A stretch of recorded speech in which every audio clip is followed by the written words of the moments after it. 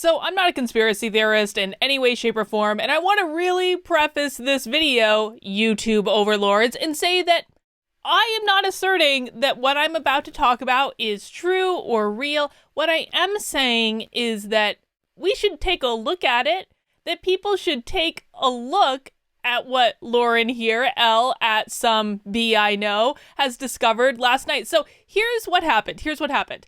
I was laying in bed looking at my Twitter around like 10 o'clock at night, 10:30, I guess, according to this tweet. And Elle is one of the people I follow on Twitter religiously. A, because she's hilarious. B, because she's really effing smart. I really feel like she's my spirit animal. And she tweeted out this. She tweeted out, "My mom literally got her vote stolen in Michigan. They moved. And she just now thought to tell me about it. Fraud, voter fraud, and I can prove it." She goes on to say, "All I can say while I'm getting it together, if your parents lived in a different state and if there was a legal name change that happened before they moved, check their voter status. Her legal last name changed as they move."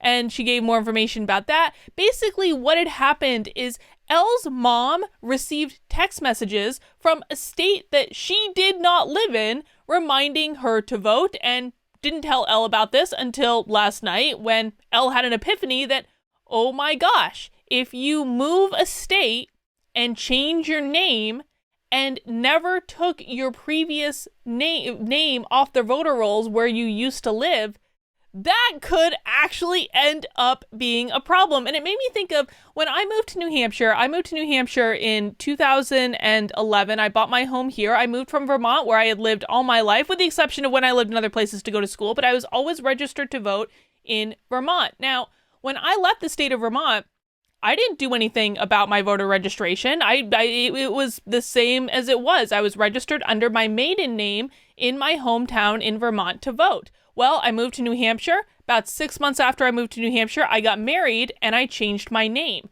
I did not register to vote in New Hampshire until the following November, I believe, November 2012, when the election was. Now in New Hampshire, there's same-day voter registration. So I basically took my ID, and I believe I had to bring like a piece of mail or something with my current address down to the polls. I registered to vote that day in the polls, and I voted in New Hampshire.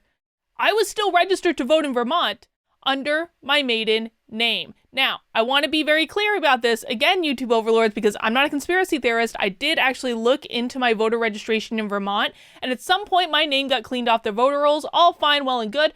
I am not someone this applies to. I am not saying that this applies to everyone that has ever moved and changed their name. But what they are starting to discover is that some people have found in the course of the last, 12, 15 hours, whatever it is, in the course of the last 15 hours, they've looked into their voter status in the states that they used to live in under their old names, and they're starting to find that people voted in those names. So Elle goes on to basically lay out how you can help with this, because listen, again, I don't know that this is a thing. I don't know how widespread this is, but I do think it's worth looking into, and the only way that you can really look into this stuff is if we get a metric F-ton of people who have changed their names and moved after they changed their names to go back and look in the states where they used to live under their old names and find out if their old names cast a vote when they didn't mean to. So here is what Elle would like you to do. Here's how you can help with hashtag Maidengate. That is the hashtag that is being used on Twitter. What was really funny about this is this was just starting to rev up when I went to bed last night. By the time I woke up, this was like the #1 trending thing on Twitter, which, obviously, because Elle is amazing. But so it's under hashtag Maidengate on Twitter. You can find more information about it, but here is what she would like people to do. Number 1, check your registration status in every state you have ever lived in and been a registered voter.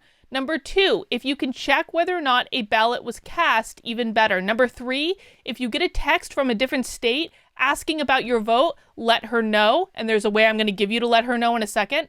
Number 4, check your registration status for any names you were registered under before. Name changes due to marriage, divorce, adoption, whatever. If you have ever changed your name, you need to go back and look and see if what is going on with your previous name that you were registered under to vote. If you live in these specific counties, especially the ones that there are highly contested. And then there's something going on with a super PAC that they think is behind this. I'm not going to go into this in this video. You can actually, go onto Elle's Twitter, find it, go onto Michelle Malkin's Twitter and find it, because I'm not risking my YouTube channel getting banned over this, but I will point you in the correct direction. Now, what they are mostly interested in is if people find that a vote was cast using their old name. So if you just show up as registered under your own name, that is not necessarily an indication that anything nefarious was going on. Like I said, I was registered under my maiden name in Vermont for God knows how long. I have no reason to think that anything nefarious happened with that registration, except that at some point they cleaned me off the voter rolls because they figured out I no longer lived in the state of Vermont and probably no longer had my old name.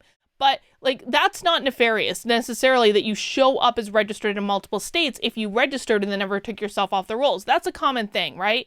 What is not acceptable is if you discover that someone has voted in your old name. That is what we want to be looking for. So there is actually a Google Doc where you can check in on this. This is at maidengate.com. It just redirects to this Google Doc and it has more information here. Maidengate is a viral hashtag uncovering a peculiar type of abuse in our elections. Some married women vote in one state under their current name, while someone, a political predator, casts a vote in the same state or a state which the women previously lived in under a previous or maiden name. The same technique may affect adopted persons, the divorced, people who've changed their names, and or transgendered persons. The credit is owed to Lauren, who discovered her mother was such a victim, and then Ali is getting himself involved here to help Lauren out. I think that Lauren has also been in touch with other people who have. This has been independently corroborated by at least 2 other journalists that I know of at this point who have taken a look at what she's found and have said, yeah, there's some there. And again, I'm going to beat that dead horse. I am making no assertion that this is a widespread problem. This may just be a glitch. It may just be a glitch, CNN. It may just be a glitch, and once we discover the glitch, we can fix the glitch. We are not looking for individuals who have registrations in multiple states. That's a problem, but not this problem.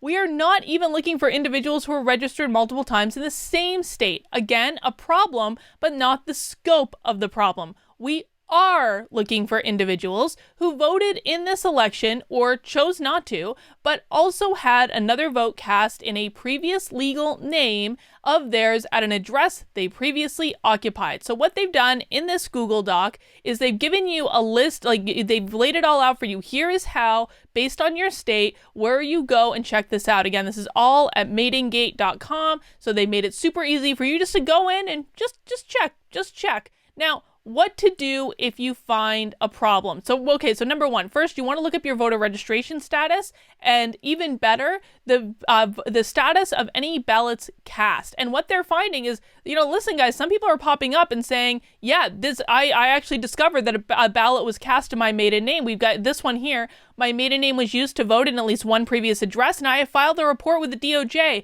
I did vote under my current address and name. Thank you for sharing this. I never would have thought to look it up. We also have this one here. Interesting. I checked mine and it says I requested a mail-in ballot and it's been processed. I didn't request anything. I was turned away when I went to vote because supposedly I had already voted. WTF. I got married last year. This person was literally denied her right to vote because someone cast a vote, a mail-in ballot in her previous name. These might be onesies and twosies, but we never know if we don't check. So here is what you need to do in order to file a complaint. And again, this is all at maidengate.com. 1. Screenshot proof of where you currently are registered to vote and if you voted in this election. 2. Screenshot proof of your identity, be it under your name or past name, registration in a place that you no longer reside, and that a ballot was cast. 3. You may be asked to provide a copy of your current identification or driver's license. 4. If you are able to provide this evidence, you will be asked to sign an affidavit under penalty of perjury, attesting that you believe someone committed a crime against you and that you yourself did not commit this voter fraud. And then you can see here, we've got an email address that you can reach out to at stopthesteal at protonmail.com, or you can reach out to Lauren. And again, Lauren is at some bitch I know on Twitter. Yeah, that's just who she is, folks. I didn't make up her handle. But you can get in touch with Lauren. She's basically constantly tweeting about this at this point. Oh, here's another email address you can use, maidengate@protonmail.com. And again, just do a double check. Just do a double check. I did a double check and I found that my name in Vermont had been completely wiped off the voter rolls, which is exactly how it should be. But you may find something differently, and if you find something differently, we should know that. Listen, this should actually in real life be a nonpartisan issue. If this is actually something that's going on, if people are actually out there